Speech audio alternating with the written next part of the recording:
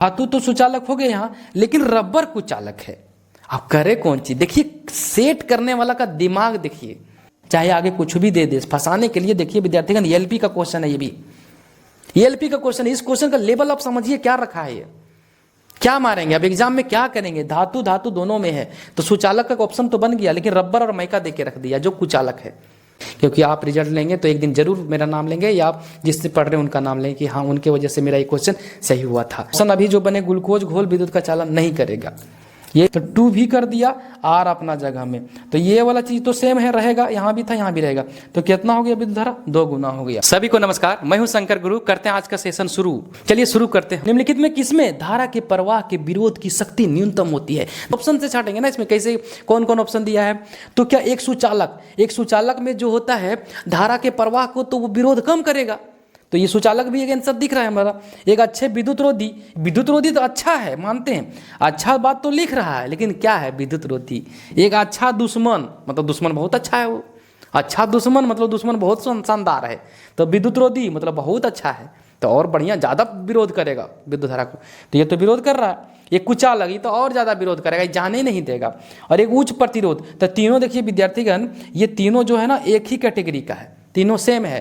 तो विद्युत धारा को जो विरोध सबसे कम करेगा, न्यूनतम जो करेगा, वो करेगा सुचालक। सुचालक बोलेगा आ जाओ जाओ पास करो, तुम लोग जाओ अपना, तो आंसर बनेगा सुचालक। तो इस प्रकार से भी क्वेश्चन है, ग्रुप डी का क्वेश्चन है, ये ग्रुप डी का क्वेश्चन है, 12/9/2022 का क्वेश्चन पूछा हुआ है। चलिए हम लोग अगला क्वेश्चन की ओर। किसी चालक के लिए वोल्टेज धारा ग्राफ की आकृति होगी। विद्यार्थीगण वोल्टेज और धारा की ग्राफ या धारा वोल्टेज की ग्राफ बताइए। ये जो हमको दे के रखा था, आप ओम्स लॉ में देखेंगे, ओम्स लॉ में देखे होंगे, या तो हम बता रहे हैं आपको। देखिए ये धारा और वोल्टेज के संबंध बताइए। वोल्टेज बोला है, वोल्टेज, यहाँ वोल्टेज लिख दीजिए, वोल्टेज लिख दीजिए, और यहाँ पर धारा लग सकते हैं, करंट बोल सकते हैं, या धारा बोल सकते हैं, आई, ठीक है, आई। दोनों में जो संबंध बता रहा है वो जो होता है ओम के नियम से एक रैखिक होता है, सीधी रेखा में होता है, सीधी रेखा में। ओम साहब बोले थे कि स्थिर ताप पर या कांस्टेंट टेम्परेचर पर जो विद्युत धारा प्रवाहित होगी किसी चालक में, वो विभवांतर के समानुपाती होगा। वो विभवांतर के क्या होगा? समानुपाती होगा। जो ये विभवांतर जो होगा, ये प्रवाहित विद्युत धारा जो हो रहा है इसके समानुपाती है। और यहाँ से क्या किया, समानुपाती हटा के तार का कुछ प्रतिरोध होगा, आर ले लिया, उसको नियतांक ले लिया। यही तो ओम का नियम निकल के आया, यही तो ओम का नियम निकल के आ रहा था। तो बोला था विभवांतर का मान बढ़ाएंगे तो वोल्टेज का, ये विद्युत धारा का मान बढ़ेगा, इस प्रकार से बोले थे हमारे ओम साहब। तो ये ही हमारा जो दे रहा था, ये रेखा एकदम रैखिक दे रहा था, लीनियर बनता है विद्यार्थी, रैखिक बोलते हैं इसको, लीनियर बोलते हैं। तो अब हमारा ऑप्शन जो निकलेगा ये ऑप्शन निकल के आएगा। अगला क्वेश्चन बना लेते हैं।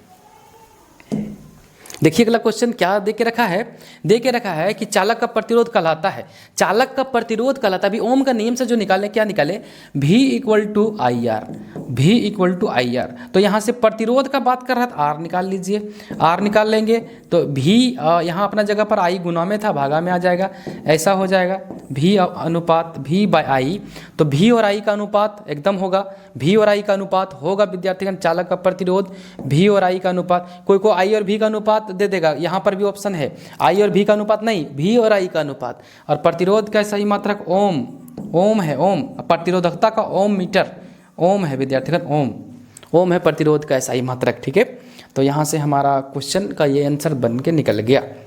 अगला क्वेश्चन, किसी विद्युत सर्किट के 2 बिंदुओं के मध्य एक इकाई आवेश के स्थानांतरण में हुआ कार्य को कहलाता है। ये एनटीपीसी को क्वेश्चन है 19/1/2017 का, एनटीपीसी का क्वेश्चन है पूछा हुआ, और बहुत शानदार क्वेश्चन है। क्वेश्चन क्या है, 2 बिंदु के बीच किसी विद्युत सर्किट का बात कर रहा है, और 2 बिंदु के मध्य बोल रहा है, 2 बिंदु के मध्य एक इकाई आवेश के स्थानांतरण में हुआ कार्य। विद्यार्थीगण आवेश का स्थानांतरण करने के लिए कुछ काम करना पड़ेगा, जैसे विद्युत क्षेत्र में अगर कोई आवेश, मान लीजिए कोई आवेश यहाँ पर है, एक आवेश Q है विद्यार्थीगण, ये बिंदु यहाँ पर, इस बिंदु पर, इसको लाना है इस बिंदु पर, ठीक है। ये मान लीजिए था B बिंदु पर, और हमको लाना है ये बिंदु पर यहाँ। तो यहाँ तक लाने के लिए विद्यार्थीगण इसको विद्युत क्षेत्र में तो अपने से नहीं आएगा, इसको लाना होगा, काम करना होगा इसको लाने के लिए, उसको बोलते हैं W, उसको बोलते हैं W, जो काम करना पड़ा इस बिंदु तक लाने के लिए। तो एक बिंदु से दूसरे बिंदु तक लाने में जो काम करना पड़ा, जो कार्य करना पड़ा, इकाई आवेश को Q को, ये जो काम करना पड़ा विद्यार्थीगण, यही तो कहलाता है विभवांतर, यही तो कहलाता है विभवांतर।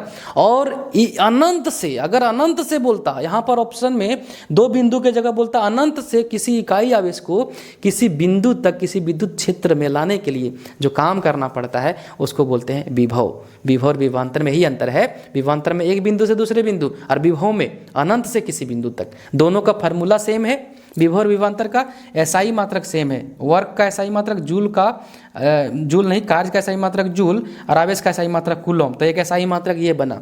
दूसरा होता है विभवांतर या विभव का एसआई मात्रक वोल्ट होता है। और हमारा जो आंसर अभी निकल के आएगा वो बनेगा विभवांतर बनेगा। और शक्ति बराबर होता है P से सूचित करते हैं, P होता है कार्य बटा समय, और यहाँ होता है VI। बहुत सारा भी फार्मूला इसको बनाएंगे, बहुत सारा है। प्रतिरोध R बताएं, R जो किस विद्युत धारा की प्रवाह में रुकावट उत्पन्न करे उसको प्रतिरोध कहते हैं, और प्रतिरोध को सूचित करते हैं R से सूचित करते हैं एसआई मात्रक ओम, प्रतिरोधकता का ओम मीटर। अभी वो भी सब क्वेश्चन आ रहा है। चलिए अगला क्वेश्चन की ओर। इनमें से कौन विभवांतर के समानुपाती होता है? विभवांतर के कौन समानुपाती होता है? तो कौन समानुपाती होता है? तो ओम साहब तो बोल ही दिए, जो विभवांतर जो होता है वो समानुपाती विद्युत धारा का होता है, क्योंकि विद्युत धारा जो वृद्धि या कमी होगा वो विभवांतर पर डिपेंड कर जाएगा। विभवांतर जिस तरह बढ़ेगा उस तरह से विद्युत धारा का मान हमारा मिलेगा। तो ये समानुपाती होता है ओम के नियम से। तो ये जो होगा विभवांतर के समानुपाती कौन होता है? वो तो धारा होता है, विद्युत धारा होता है। धारा का एसआई मात्रक होता है एम्पियर, ठीक है। और शक्ति का एसआई मात्रक होता है वाट, P से सूचित करते हैं। समय का सेकंड, प्रतिरोध का एसआई मात्रक ओम, प्रतिरोध का एसआई मात्रक ओम। शक्ति जो होता है, बहुत सारा फार्मूला शक्ति का, P बराबर VI, P बराबर V² इंटू R। बहुत अभी निकाल के बता देंगे सब एक एक करके। अभी जो क्वेश्चन आया उसके बारे में बात कर लेते हैं। और धारा का एसआई मात्रक एम्पियर, धारा का एसआई मात्रक एम्पियर सूचित करते हैं I से, कैपिटल I से। चलिए अगला क्वेश्चन करें। इंसुलेटर का एक उदाहरण नहीं है, कौन निम्नलिखित में से? इंसुलेटर मतलब कुचालक, इंसुलेटर मतलब विद्यार्थीगण कुचालक। बहुत सारे हिंदी मीडियम वाले होंगे, थोड़ा सा उनको दिक्कत होता होगा, तो कोई बात नहीं। इंसुलेटर का मतलब होता है कुचालक, इंसुलेटर मतलब होता है कुचालक, और कंडक्टर मतलब होता है चालक, और सुपर कंडक्टर मतलब सुचालक, अति चालक जिसको बोलते हैं। तो अभी यहाँ इंसुलेटर का एक उदाहरण नहीं है। कौन नहीं है? इंसुलेटर रबर है, हीरा है। मानव शरीर हमारा जो है वो इंसुलेटर नहीं है, इसमें बिजली चलता है। आप देखिए कभी झटका लगा, ऐसे पकड़िए, D D D D D ऐसे करने लगेंगे आप। कब? जब चप्पल आप नहीं पहने, जूता नहीं पहने तब, क्योंकि वो अपना सर्किट को पूरा कर लेता है अपना अर्थ से, पृथ्वी से। तो इस प्रकार से मानव शरीर जो है हमारा इंसुलेटर नहीं है, ये हमारा कंडक्टर है। और कांच जो है वो इसमें बिजली नहीं जाएगा। तो ये तीनों एक कैटेगरी का है, और मानव शरीर हमारा चालक, कंडक्टर के जैसा काम करेगा। बिजली उसमें चलता है विद्यार्थी, क्योंकि इसमें शरीर में पानी है, तो पानी में तो बिजली चलेगा, नमक भी है, एसिड भी है, बहुत सारी चीज़ें। तो मानव शरीर जो है वो हमारा चालक का काम करता है बिजली के केस में। आइए अगला क्वेश्चन बनाते हैं। 25 क्वेश्चन है, देखिए 25 नंबर क्या है? विद्युत चालकता के आधार पर निम्नलिखित विकल्पों में विषम चुनिए। जो ये ऑप्शन दिया है, विकल्प दिया है, इसको चुनेंगे। ग्रुप डी का क्वेश्चन है 2018 का। तो बहुत बढ़िया है, ऐसा क्वेश्चन में ज़्यादा चांसेस होता है कन्फ्यूजन होने का। अब वो कथन निष्कर्ष भी दे देता है इस टाइप का क्वेश्चन में, और इस प्रकार बना लेगा, और 2-3 को ऑप्शन बना, जो अभी क्वेश्चन पीछे में था आगे भी मिलेगा उस टाइप का। तो इसमें विषम कौन है? कॉपर। कॉपर जो है वो चालक है। कॉपर क्या है? चालक है, विद्युत का चालन करेगा। मानव शरीर भी चालन करेगा। ये जो है ग्रेफाइट, ये भी चालक है। और ये जो हमारा रबड़ है ये कुचालक है। ये जो रबड़ है वो कुचालक है विद्यार्थीगण, ये कुचालक है, ये कुचालक है, ये कुचालक है हमारा। तो अभी जो आंसर बन के निकलेगा हमारा वो बनेगा डी ऑप्शन हमारा जो निकल गया अभी यहाँ पर। देखिए डी रबड़ जो है कुचालक है, बाकी तीनों क्या है? चालक है। तो इस प्रकार के क्वेश्चन बहुत अच्छे होते हैं, बहुत बढ़िया क्वेश्चन होते हैं। सभी क्वेश्चन का ऑप्शन का जो माइंड में कंसेप्ट रहेगा तो बन के निकलेगा इस प्रकार से क्वेश्चन। और आरआरबी के केस में भी देखते होंगे जो क्वेश्चन जितने भी आ रहे हैं 18 के बाद क्वेश्चन बहुत अच्छे फ्लक्चुएट करके आते हैं। सिलेबस के अनुसार रख दे, जितना फ्लक्चुएट कराना है कराए, तब देखिएगा रिजल्ट आपका बन के निकलेगा। और यही आरआरबी का स्ट्रेटेजी है। क्या करता है, 10 क्वेश्चन, साइंस में 20 पूछ रहा है ना, एलपी में, एलपी की बात कर रहे हैं, तो वो क्या करेगा, 10 से 8 क्वेश्चन में ऐसा फ्लक्चुएशन डालेगा जहां पर रिजल्ट वही बनने वाला होता है, फंसने वाला होता है। या 10 क्वेश्चन वो इतने आसान दे देगा कि आपको लगेगा नहीं कि ये साइंस का क्वेश्चन है, बहुत आसान आसान होते हैं। लेकिन जो 8-10 क्वेश्चन होते हैं बढ़िया वाला, जो न्यूमेरिकल हो गया, जो कंसेप्चुअल क्वेश्चन हो गया, उसमें ही रिजल्ट बनाना है। उसमें जैसे रीजनिंग में कुछ क्वेश्चन ऐसे होते हैं, मैथ में 5-6 क्वेश्चन ऐसे हो जाते हैं जहाँ पर विद्यार्थीगण ज़्यादातर फंस जाते हैं। तो इसीलिए प्रैक्टिस थोड़ा लेवल अप करके करवाया जाता है। यहाँ पर प्रैक्टिस करवा रहे हैं विद्यार्थीगण, ताकि एग्जाम सेंटर में आप जाएंगे तो बहुत अच्छा से लगे। अब यहीं पर आपको हम इजी करवा दें, पूरा आसान आसान क्वेश्चन, और एग्जाम में जब बड़ा क्वेश्चन आएगा तब तो गाली दीजिएगा वहाँ पे, तब तो बोलेगा क्या मास्टर था, एकदम बढ़िया नहीं पढ़ाया, पर छोटा छोटा क्वेश्चन लेके चल रहा है। हमारे पास लेवल है, तब आपको हम दे रहे हैं, तब हम आपको बढ़िया से पढ़ा पा रहे हैं विद्यार्थीगण। कुछ क्वेश्चन जो होगा टाइम लेके बनाइएगा विद्यार्थीगण, क्योंकि रिजल्ट लेने के लिए बहुत सारे लोग होंगे, आप भी उन्हीं में से एक हैं। तो अगर आपको आगे निकलना है तो कुछ आपको दिमाग लगाना होगा, आगे निकल जाइएगा। चलिए, आशा करते हैं आप बहुत बढ़िया से तैयारी कर रहे हैं और करते रहिए। चलिए हम लोग अगला क्वेश्चन की ओर बढ़ते हैं।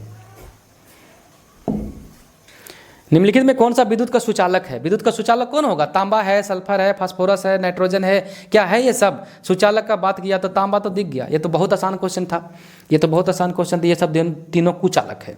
तो ये देखिए जेई में क्वेश्चन है विद्यार्थी, इस क्वेश्चन को सेट करने के लिए मेरा मकसद था, जेई का क्वेश्चन ऐसा ऐसा हो दे रहा है, तो इससे बढ़िया तो एलपी का और टेक्नीशियन का क्वेश्चन है, ग्रुप डी का, जबकि इससे अच्छा है। बहुत एक विद्यार्थी ने कमेंट किया कि सर आप जेई का सारा क्वेश्चन सेट कर देते हैं, क्यों सेट करेंगे, आपसे दुश्मनी हमको? सब जेई का सेट क्वेश्चन आपको करके दे देंगे बड़ा बड़ा, ऐसा नहीं होता है कि हम आपके लिए बहुत बड़े बड़े क्वेश्चन ला दिए हैं, ऐसा नहीं विद्यार्थीगण। आपके लिए हम बेहतरीन सोचते हैं और अच्छा करने की कोशिश करते हैं, समझे? तो ये सब चीज़ें जेई में देखिए ऐसे क्वेश्चन पूछता है, तो जेई में टेक्निकल पेपर है ना, वहाँ से क्वेश्चन फंसा देता है जाके, तो वो सब चीज़ है। लेकिन आपके लिए क्वेश्चन जो एलपी का सबसे शानदार टेक्नीशियन का बनता है, उससे भी शानदार हमको देखने को मिला ये ग्रुप डी का क्वेश्चन, बहुत बढ़िया देखने को मिला न्यूमेरिकल पोर्शन। फिलहाल अभी हम लोग अगला क्वेश्चन की ओर चल रहे हैं, चलिए हम लोग बनाते रहेंगे। अब जुड़े हमसे, आशा रखिए बढ़िया करवाएंगे आपको, जितना ही करवाएंगे बढ़िया कर, भले देर से आएगा लेकिन बढ़िया चीज़ आएगा। ऐसा नहीं कि जैसे तैसे आपसे हम पैसा लेने के लिए करवा रहे, ये सब बात नहीं होगा हमारे पास। ऊपर वाला कृपा से आप लोग का कृपा बहुत हमको देता है रेलवे, और हमारे पास इतना है कि आपको हम देने के लिए इतना सारा सेटअप फ्री में लगा दिए, लेकिन हमारे पास वैसा लालच नहीं कि आपसे पैसा हम लेंगे तभी पढ़ाएंगे। ये सारे कोर्स आपको मिलेंगे, देखिएगा बहुत सारे चैनलों पर कोर्स पेड कोर्स में आएगा आपको, लेकिन हमारे पास वैसा नहीं है। हम आपके लिए जितना हो सकेगा हम देंगे और बेहतरीन देने का कोशिश करेंगे, क्योंकि आप रिजल्ट लेंगे तो एक दिन जरूर मेरा नाम लेंगे, या आप जिससे पढ़ रहे हैं उनका नाम लेंगे कि हाँ उनके वजह से मेरा ये क्वेश्चन सही हुआ था। और एक क्वेश्चन का 0.1 क्वेश्चन भी अगर आपको हेल्प होता है ना, तो आपको बहुत ऊपर ले जाएगा, क्योंकि मेरा रिजल्ट एक DRDO 0.001 से शुरू का हुआ है, अभी भी उस स्क्रीन को रखे थे, स्क्रीनशॉट करके रखे हुए। तो ऐसे ऐसे चीज़ें होती है विद्यार्थीगण की लाइफ में, बहुत सारी चीज़ ना आपको इतनी छोटी चीज़ें बहुत परेशान करता है, तो वो चीज़ को नहीं करने के लिए हम ऐसा क्वेश्चन कर रहे हैं कि आपका स्मूथ तरीके से बन के निकल जाए और रिजल्ट आप ले लेके अपना घर जाए। चलिए अगला क्वेश्चन की ओर विद्यार्थीगण। डैश के अलावा अधातु में विद्युत की कुचालक होती है। डैश के अलावा मतलब इनके अलावा कौन जो है अधातु में विद्युत की कुचालक होती है? तो ग्रेफाइट विद्युत का सुचालक है। ग्रेफाइट जो है वो विद्युत का सुचालक है, तो यही आंसर बन के निकल गया। ग्रेफाइट के अलावा जितने भी अधातु हैं, ग्रेफाइट भी एक अधातु है, ग्रेफाइट अपवाद में आता है, कार्बन का रूप है। ग्रेफाइट और हीरा, ग्रेफाइट विद्युत का सुचालक होता है और हीरा विद्युत का कुचालक होता है। और ब्रह्मांड का सबसे कठोर पदार्थ जो होता है, पदार्थ में हीरा, और कठोर धातु में प्लेटिनम, धातु का बात करेगा तो, और भारी धातु में ऑस्मियम। अभी जो बात कर रहा है कि विद्युत कुचालक डैश के अलावा, तो ग्रेफाइट के अलावा जो ये तीनों हैं ये विद्युत के कुचालक हैं, यही क्वेश्चन कहने का मतलब है। चलिए अगला क्वेश्चन बनाते हैं।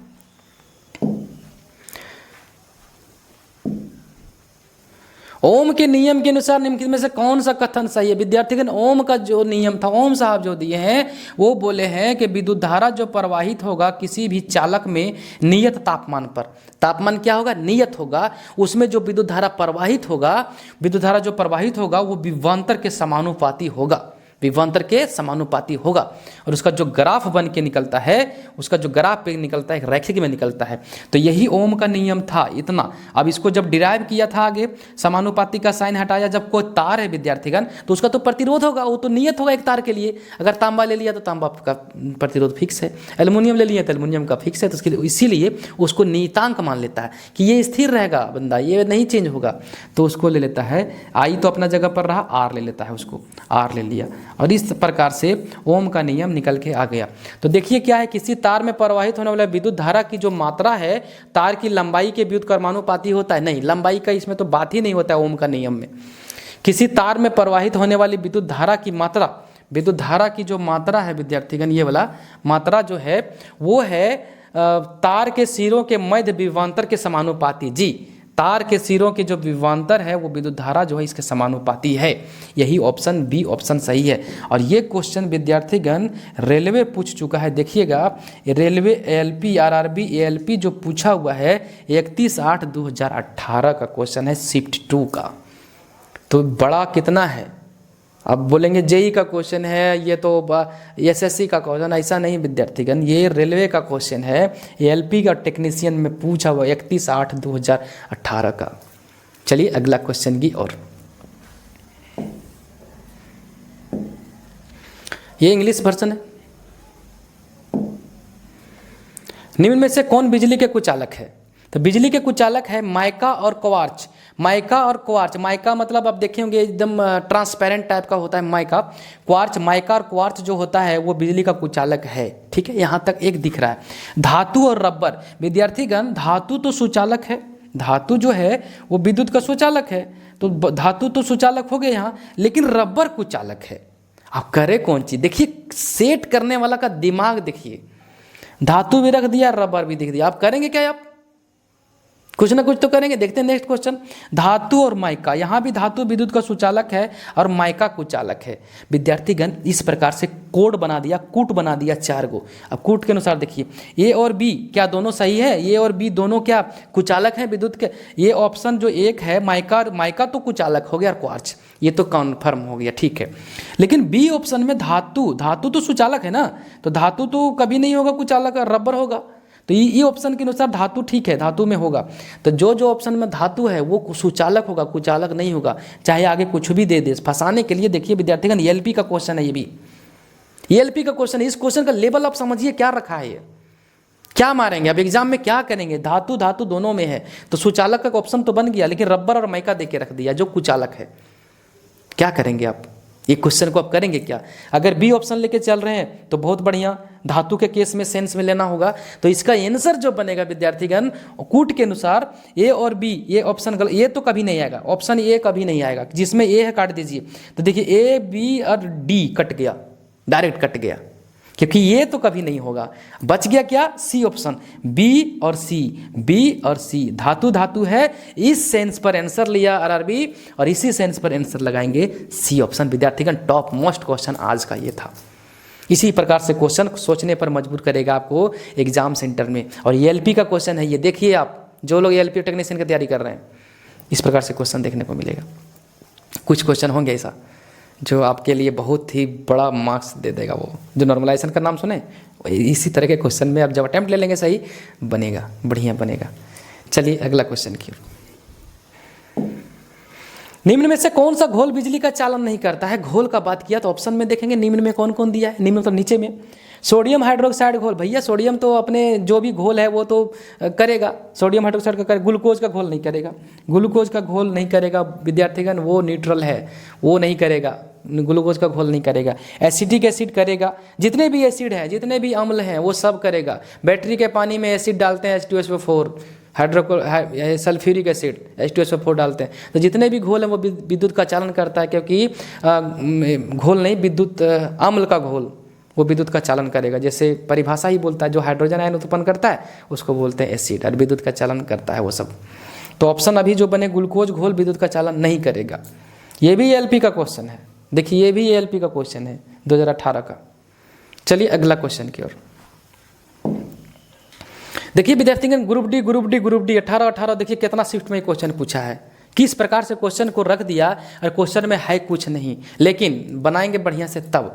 ओम का नियम, सबसे पहले ओम का नियम भी समानुपाती आई, ये बता दिया था, विभवांतर धारा के समानुपाती होता है। अब यहाँ से कोई ऑप्शन है ओम का नियम से? नहीं। एक स्थिरांक क्या है विद्यार्थीगण, स्थिरांक के लिए ओम साहब किसको लिए थे?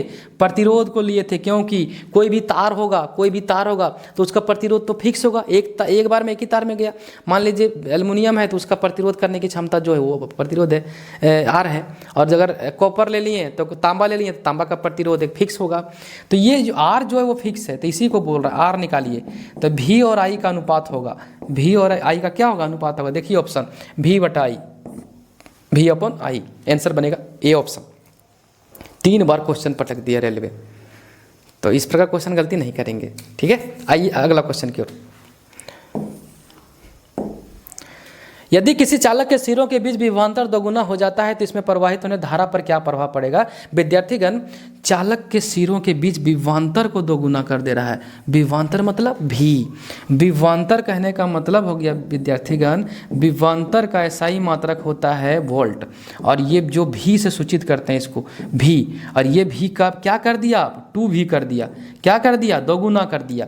तो संबंध लगाइए, विद्युत धारा से संबंध लगाइए, तो भी इक्वल टू आई आर, ओम का नियम से। तो आई इक्वल टू क्या होगा? आई इक्वल टू हो जाएगा भी upon R. I equal to क्या हो जाएगा? भी अपॉन आर। तो ये आई निकालना है, ये भी को अब दोगुना कर दे रहा है, तो 2 भी कर दिया, आर अपना जगह में। तो ये वाला चीज़ तो सेम है, रहेगा, यहाँ भी था यहाँ भी रहेगा।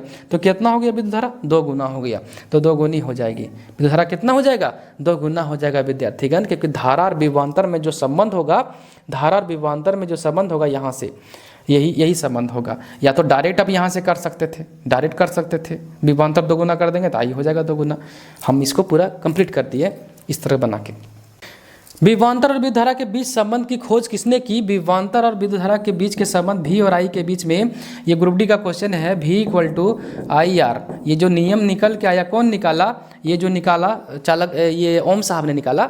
ओम साहब ने दोनों का रिलेशन दिया है, ओम साहब ने, और न्यूटन ने 3 गति का नियम दिया है, और गुरुत्वाकर्षण के सार्वत्रिक नियम भी न्यूटन साहब ने दिए हैं। और पास्कल्स का जो नियम है वो दाब से संबंधित है, गैस और द्रव के लिए, वो बंद क्लोज वेसल के लिए है, क्लोज बर्तन रहेगा उसके अंदर जो दाब जो लगते हैं उसका बात करता है पास्कल।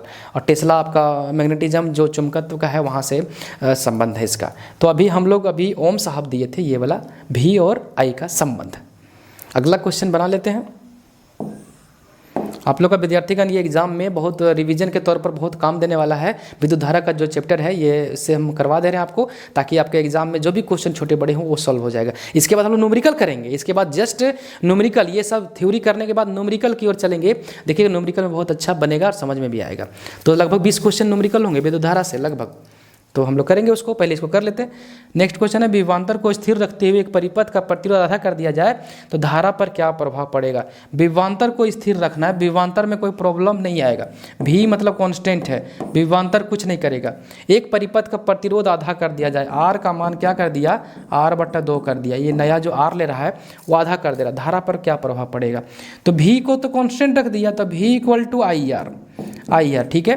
तो आई अगर पूछ रहा है हमको धारा पर क्या प्रभाव पड़ेगा, तो भी और आर नीचे आ गया, भी अपन आर, और प्रतिरोध आधा कर दिया। तो इसको अगर आधा कर देता है, भी अपना जगह में रहने दीजिए, और ये आर को आधा कर देंगे। देखिए यहाँ से R/2 कर दिया है तो 2 ऊपर चला जाएगा, तो यहाँ से आई का मान जो निकलेगा 2V/R, ठीक है। तो ये जो 2 गुना हो जाएगा, विद्युत धारा का मान क्या हो जाएगा? विद्युत धारा का जो मान हो जाएगा वो 2 गुना हो जाएगा विद्यार्थीगण। कब? जब एक परिपथ का प्रतिरोध आधा कर दिया जाए तो धारा पर क्या प्रभाव पड़ेगा? धारा का मान बढ़ जाएगा। ऐसे तो प्रतिरोध उत्पन्न कर रहा था रोध उसको, रुकावट को, धारा के रुकावट को, प्रतिरोध ही कम कर देंगे तो रास्ता क्लियर हो गया, तो बढ़ जाएगा धारा का मान। कितना बढ़ेगा? 2 गुना बढ़ जाएगा। Option B. चलिए अगला क्वेश्चन की ओर।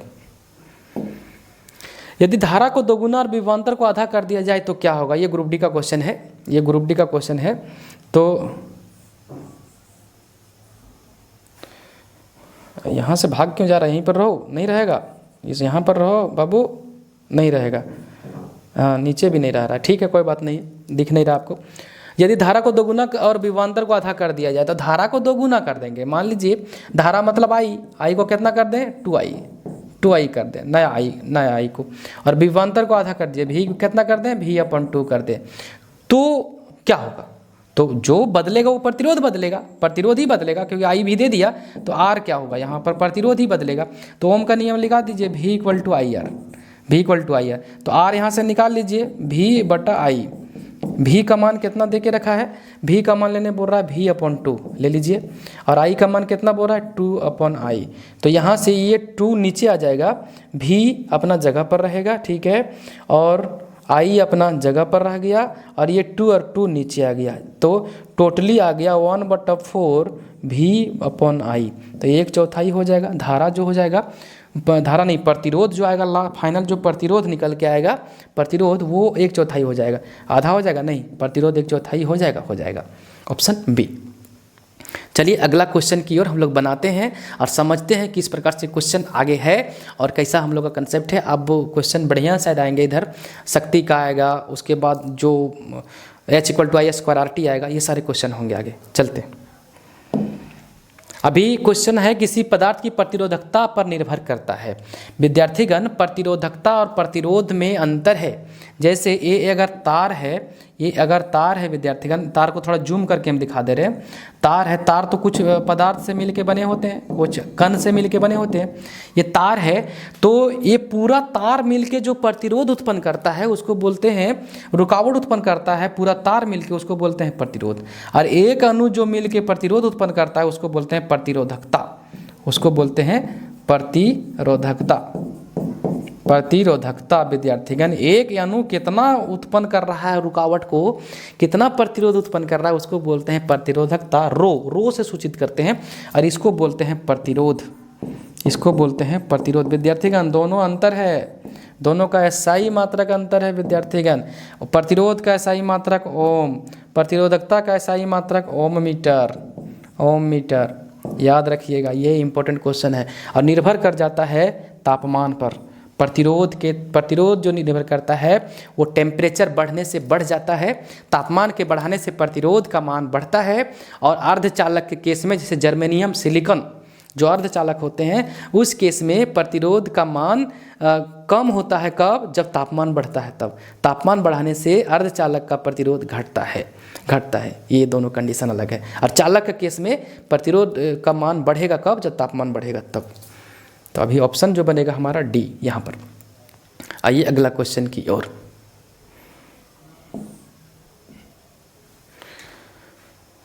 अगला क्वेश्चन है विद्यार्थीगण कि एक चालक का प्रतिरोध ताप में परिवर्तन से लगभग अप्रभावित रहता है। डैश का बना यह कुछ चालक होता है।